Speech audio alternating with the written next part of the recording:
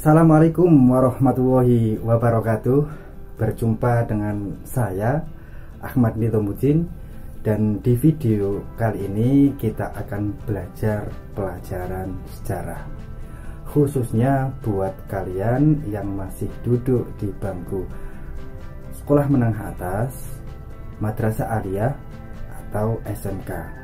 Nah, khususnya lagi buat kalian siswa-siswi saya yang ada di madrasah Aliyah Raudhatul Muta'alidin Payaman, Solokuro, Lamongan. Sejarah. Apa yang ada di benak kalian ketika mendengar kata-kata itu? Mungkin ada yang membayangkan sesuatu di masa lampau. Ada yang berpikir sesuatu yang telah terjadi. Mungkin ada juga yang mengatakan berkaitan dengan suatu peristiwa. Menurut kalian apa? Nah, semuanya benar. Intinya berkaitan dengan masa lalu atau sesuatu yang sudah terjadi.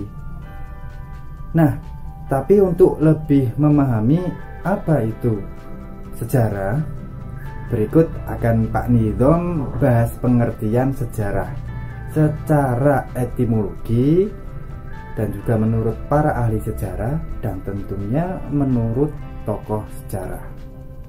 Tapi tunggu sebentar. Kalau kita ngomong masalah sejarah, pastinya pasti agak malas ya. Ya, karena berkaitan dengan masa lalu atau masa yang sudah terjadi. Kata Dilan sih itu berat sekali ya. Karena kalau kita mengingat masa lalu itu terkadang ya ada menyenangkan, ada yang tidak menyenangkan. Kalau diingat-ingat terus, kata anak sekarang itu nggak bisa kemana-mana atau nggak bisa move on katanya. Nah, begini, ada orang bijak mengatakan, kemarin adalah pelajaran, hari ini adalah usaha, dan besok adalah cita-cita. Jadi apa yang kita kerjakan hari ini adalah berkat pelajaran dari apa yang kita perbuat kemarin. Betul nggak? Iya kan? Oke, sekarang kita bahas pengertian sejarah, baik secara etimologi, menurut para ahli, dan juga para tokoh sejarah.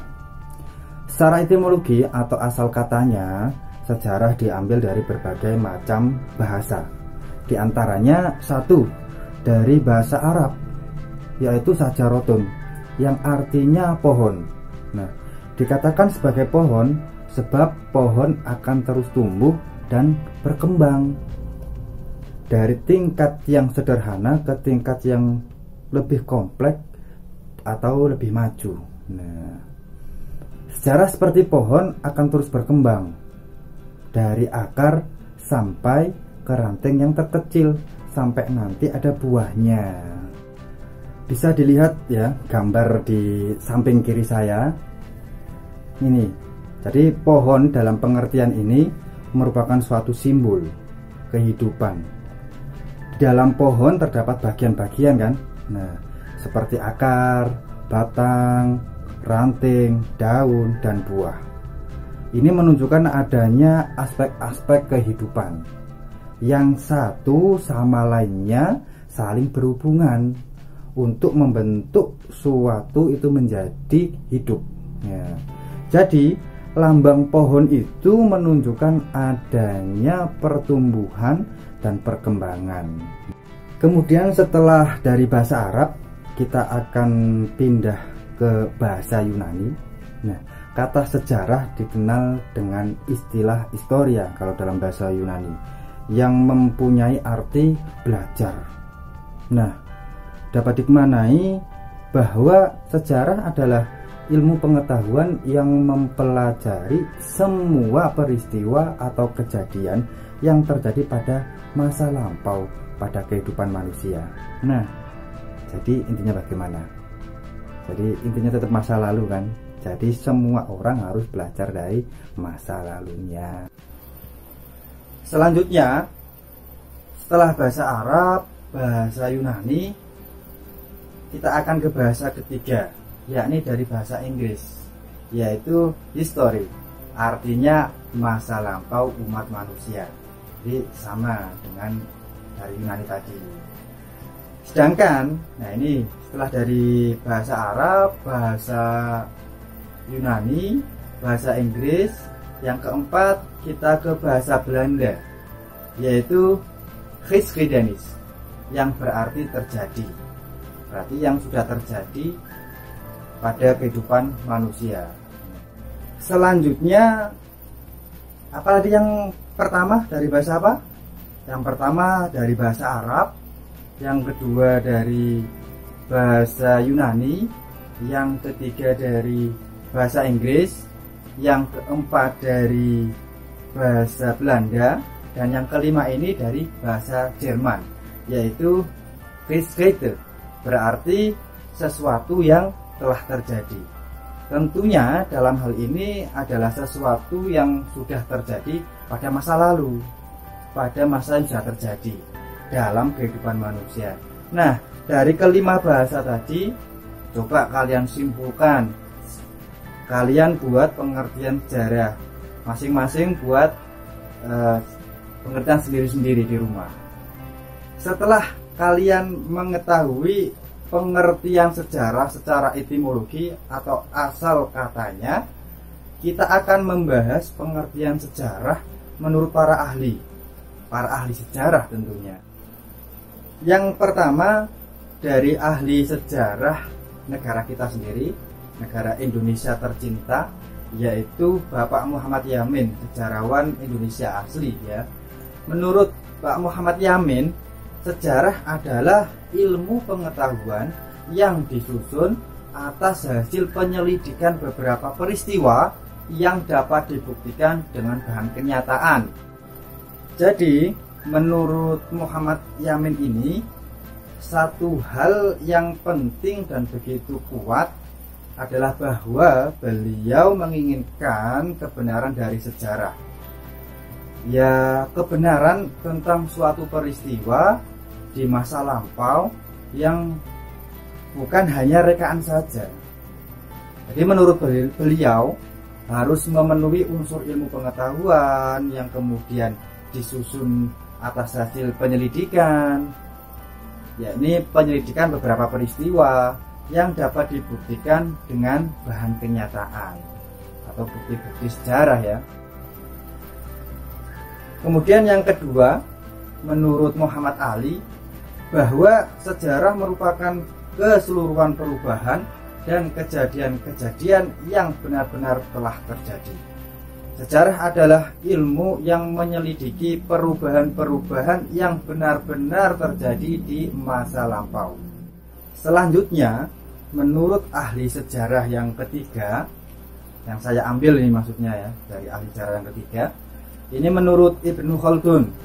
Ibnu Khaldun ini adalah seorang sejarawan Muslim dari Tunisia. Tunisia itu berarti ada di Afrika sana ya. Nah, sejarah menurut Ibnu Khaldun ini didefinisikan sebagai catatan tentang masyarakat umum manusia atau peradaban manusia yang terjadi pada watak atau sifat masyarakat itu sendiri. Kemudian menurut ahli sejarah yang selanjutnya, yakni menurut Walsh, sejarah itu menitikberatkan pada pencatatan yang berarti dan penting saja bagi manusia. Jadi catatan itu meliputi tindakan-tindakan dan pengalaman-pengalaman manusia pada masa lampau yang hanya meliputi hal-hal yang penting. Nah, sehingga merupakan menjadi cerita yang berarti. Kalau menurut kalian berarti hal yang tidak penting itu berarti tidak masuk sejarah ya.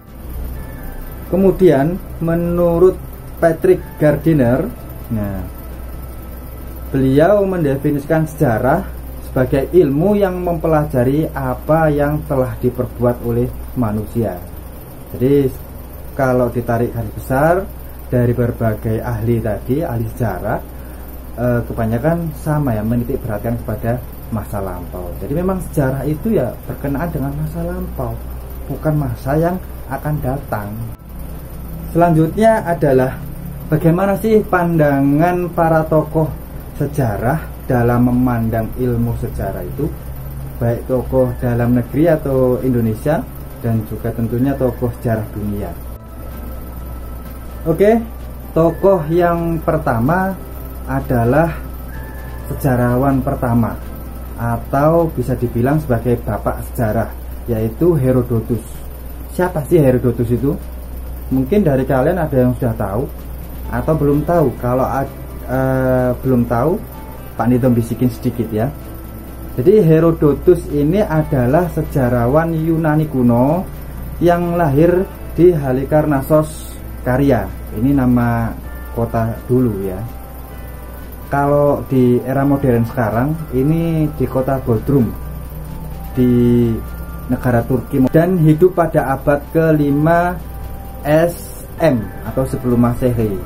Jadi sekitar tahun 484 sebelum Masehi, dan meninggalnya itu kurang lebih tepatnya ini 425 sebelum Masehi. Nah, sejarah menurut Herodotus ini, dia memandang sejarah adalah satu kajian untuk menceritakan suatu perputaran jatuh bangunnya seseorang tokoh, masyarakat, dan peradaban.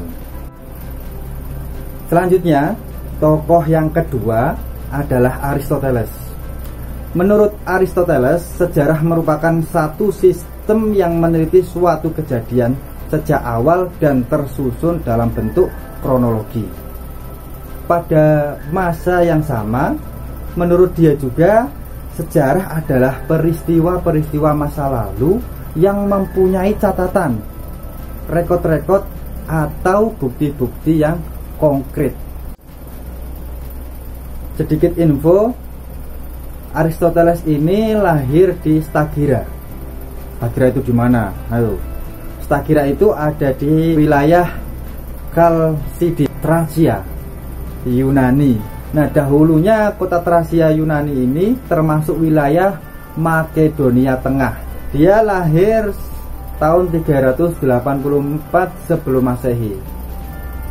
Dia ini murid dari Plato dan menjadi guru dari Raja Alexander, atau biasa dikenal Alexander the Great ya, atau Alexander dari Makedonia.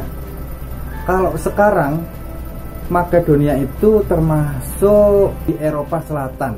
Nah, itu bisa dicari nanti lewat internet atau di buku-buku bacaan ya mengenai Makedonia. Karena memang sejarah Yunani ini luar biasa sekali, peradabannya menjadi salah satu peradaban tertua di dunia. Selanjutnya ada Robin George Collingwood. Nah, dia ini filsuf atau pemikir asal Inggris. Jadi menurut Collingwood, sejarah ialah ilmu tentang tindakan manusia di masa lalu dan harus diperoleh melalui interpretasi atau penafsiran bukti-bukti sejarah. Nah, cukup jelas ya bahwasanya menurut Collingwood ini berarti tindakan manusia di masa lalu. Nah, dan harus diperoleh melalui interpretasi. Interpretasi itu apa? Interpretasi adalah penafsiran dari bukti-bukti sejarah. Dan selanjutnya ini dari tokoh sejarah Indonesia, Bapak Kuntowijoyo. Jadi sedikit info dulu nih mengenai Bapak Kuntowijoyo. Jadi Pak Kuntowijoyo ini kalau gelar lengkapnya sama nama lengkapnya itu Profesor Dr. Kuntowijoyo Master of Art ya, atau biasa juga dipanggil Kuntowijoyo. Lahir di Sanden, Bantul, di DIY sana, Daerah Istimewa Yogyakarta, tanggal 16 September 1943 dan meninggal tanggal 22 Februari 2005. Beliau meninggal pada umur 61 tahun dan beliau ini adalah seorang budayawan, kemudian seorang sastrawan, dan juga tentunya seorang sejarawan dari Indonesia. Pak Kunto Wijoyo ini mendefinisikan sejarah sebagai hal-hal yang menyuguhkan fakta sejarah, diakronis, ideografis, unik, dan juga empiris. Jadi sejarah itu bersifat diakronis karena berhubungan dengan waktu. Kemudian sejarah bersifat ideografis karena sejarah itu menggambarkan dan menceritakan sesuatu. Kemudian sejarah bersifat unik atau unik karena berisi hasil penelitian tentang hal unik. Kemudian sejarah bersifat empiris, artinya sejarah berdasar pada pengalaman manusia yang sungguh-sungguh.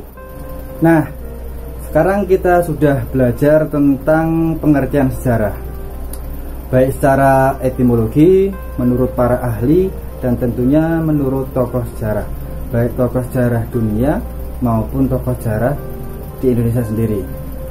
Kesimpulannya bahwa sejarah adalah sebentar. Bagaimana kalian menyimpulkan sebelum saya simpulkan? Ayo coba kalian simpulkan di rumah. Jadi begini ya, kesimpulannya bahwa sejarah adalah suatu ilmu pengetahuan yang mempelajari segala peristiwa atau kejadian yang telah terjadi pada masa lampau dalam kehidupan umat manusia.